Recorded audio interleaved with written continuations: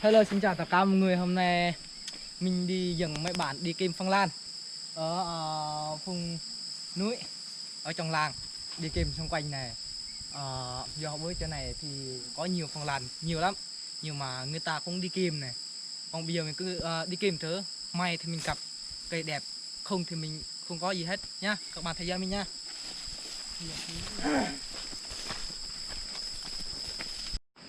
Hai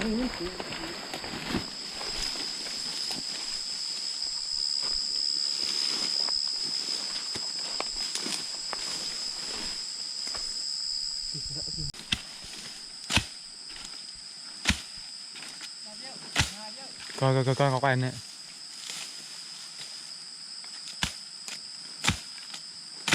Hiện tại anh em chúng tôi thấy một cái cây để có thể ăn được. Đó, đây.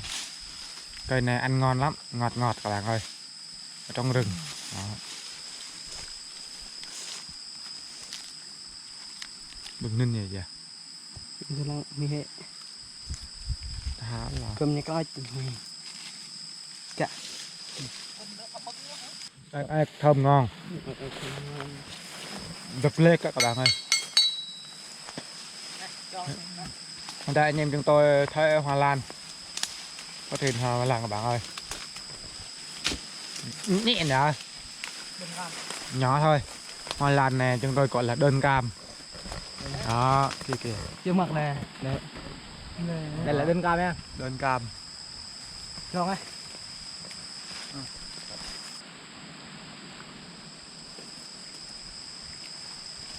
Đó, nhỏ thôi. Đây này. Đó. Rất là đẹp luôn. Đơn cam á. Cái này 20.000 thôi. Đó. 20.000, ai muốn mua thì 20.000.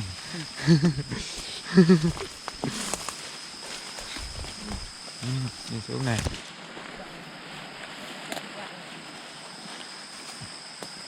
Đó, đang kiếm vào nơi này này.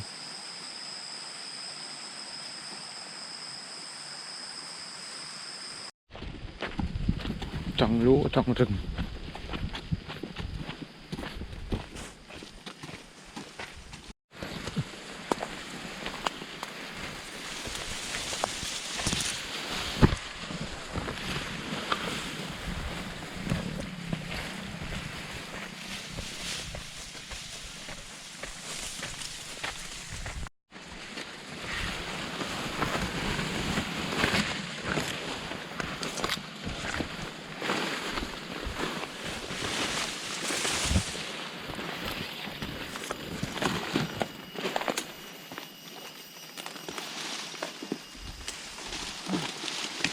Cây mưa bão.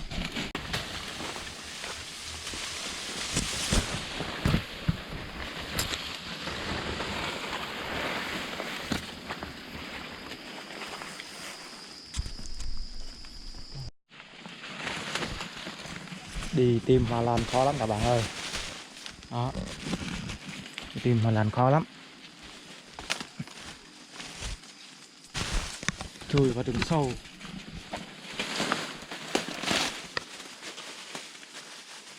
Đó, phải chui vào đường thế này đó. Tìm hoa lan khó lắm các bạn ơi. Đó, phải chui vào thế này này. Đó, chui vào. Rừng hết.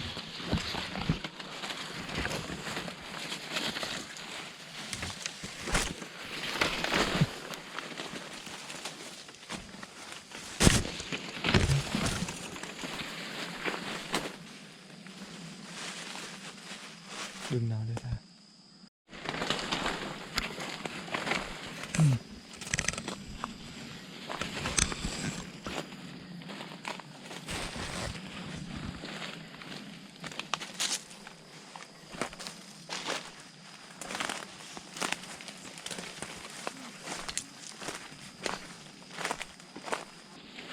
Đó. Cổ nó bị ngã do bão á. Bão mưa lớn sạt lở đất nên nó bị ngã xuống. Đây. Anh em chúng tôi kìa rồi. Ủa, chắc họ thấy hoa lan rồi. Chắc họ thấy hoa lan rồi. Xem thử họ cái gì đó. Họ thấy hoa lan rồi kìa. cái tên thằng ngay cái tên yêu vừa rồi đi thảo bằng lan nhìn chúng tôi hai được ở đây dưới này nát bắt này á nhồi á nào nữa. Hôm nay thì mình không đi kìm mấy cây phong lan thì thấy một cây ngã mưa bão thì gặp được mấy cây này thì mà nó mọc chân này này. Wow, to lắm các bạn ơi. Cây tú này, tú quá này. Nó hay mọc chân này này. Đấy. Rất là may mắn luôn này. nên phun kịch này. Phôm này. như là tu quả Đây là đang vô kịch cỏ. Yang phôm mình đã. không dám toàn loại à Đó. Như các bạn thấy đây, chúng tôi đã phát hiện ra có được hoa khổng lồ các bạn ơi. Hoa lan khổng lồ luôn. Rất là nhiều các bạn ơi. Chúng tôi đem về cái này là anh em chúng tôi đủ sống luôn các bạn ơi. Wow. Rất là dài. Nhưng mà mùa Tết là chắc nó có hoa đẹp lắm. Chứ nữa Rúp sẽ chỉ cho các bạn xem bao nhiêu cm nha. 2 4 6 wow 80. Đây dài lắm đây các bạn ơi. Đây bắt đầu giới thiệu luôn. nó mặn Đó, mặn cam nhá. Đó, 2 4 6 60. Không, đếm lại. 60 cơ khoan bé 10 á. 2 4 6 60. đó là 60 mạ là phân nhẹ cái nhà tết Đây, một mỏng đây kìa.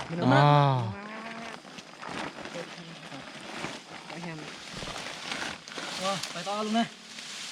Cái này cái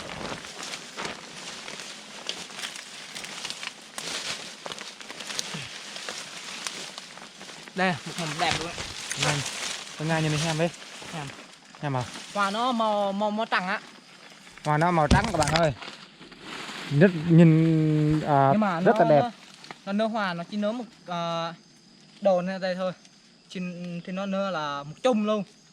Đẹp lắm, một chùm đây luôn đây này, thì nó nở này. Đấy. Nó nở một cái đồ này đây thôi. Thì nó nở ra thì nó một chùm này cả. Đây là hoa hoa lan khổng lồ luôn các bạn ơi. Đó, anh em chúng tôi phát hiện ra hoa lan khổng lồ luôn. Rất là to. Đó, chúng tôi đang cắt ra. Đó. Bỏ vào.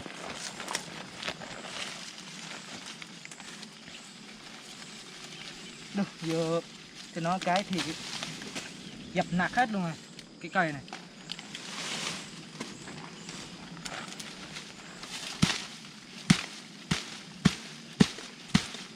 gì Đỗ.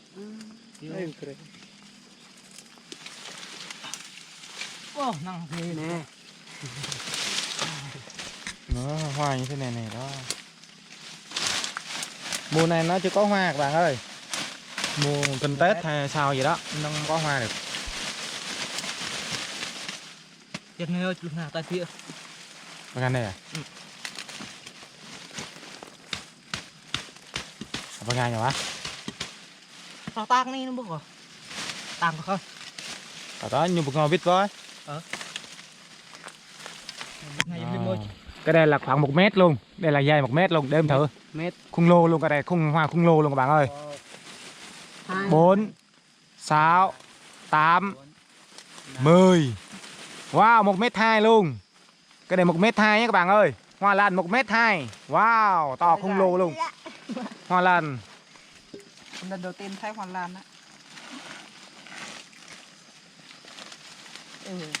Con ngại nhẹ đã la khoai ơi. Tệp lên nhá.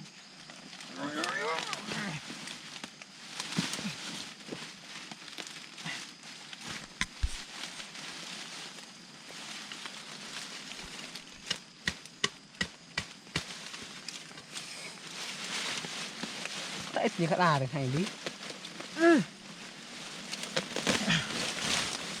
Cái này.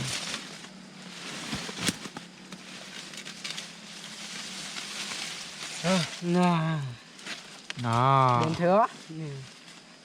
2 4 6 8 10. Cái đây 1 mét nha các bạn. Một bộ. Cái này 1 mét nha các bạn ơi. Này có ngài nha. Đó, cái này 1 mét. Hoa lan siêu khủng lồ, to thật các bạn ơi. Đây là bao nhiêu nữa? 2 4 6 10. Đây. bòi nhé bòi nên chị nên chưa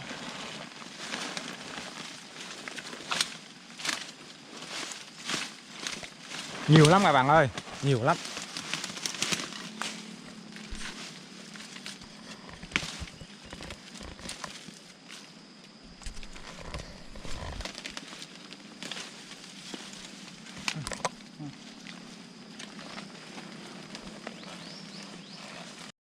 Vâng, anh siêu đen đang cố gắng lấy là khoảng mấy cái nữa, mấy cây nữa, 1, 2, 3, 4 cây nữa.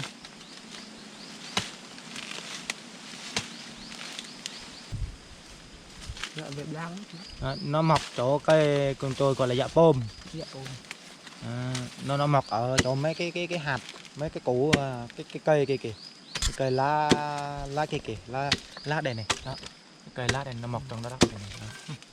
Nên nó rất là tốt, cao, khung lồ, khỏe. Nếu mà nó mọc trên cây mà cây khung thôi, nó không có cái độ xốp thì nó cũng nhỏ thôi.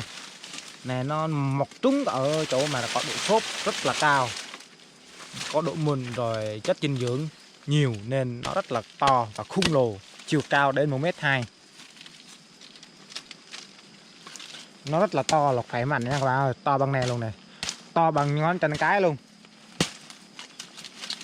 Và đây là cuối cùng có một cây này nè hết. và còn một cái nữa là ok. Anh em mình đủ sống mà làm mua ô tô 5 chiếc, xây biệt thự 5 căn nhà, đủ để cưới vợ luôn đó. Rồi ok đó, thấy chưa? Giờ cũng đã hết rồi. Bây giờ anh em cân thì bình luận trong dưới để anh em muốn cần cây này thì bình luận trong dưới nha. Nặng quá các bạn ơi. Rất là 10 kg.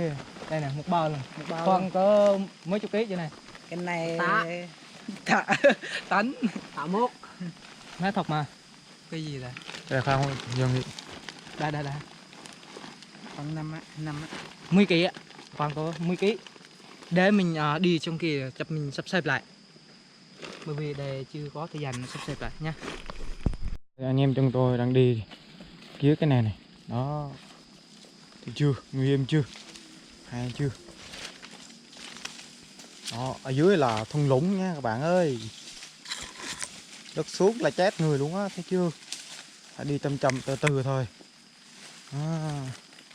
phải nhẹ nhàng thôi.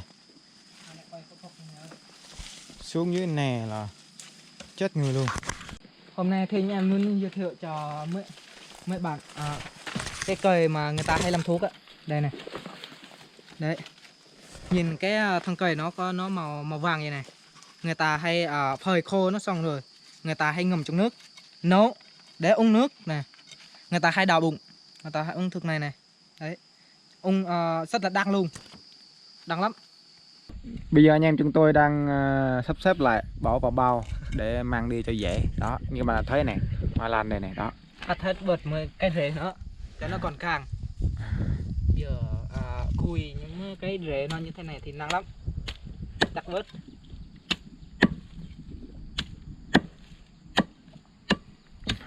Đó. Đấy, chặt hết mấy cái rễ như thế này thôi. Đẹp lắm các bạn ơi. Đây, siêu to, siêu khủng lồ luôn.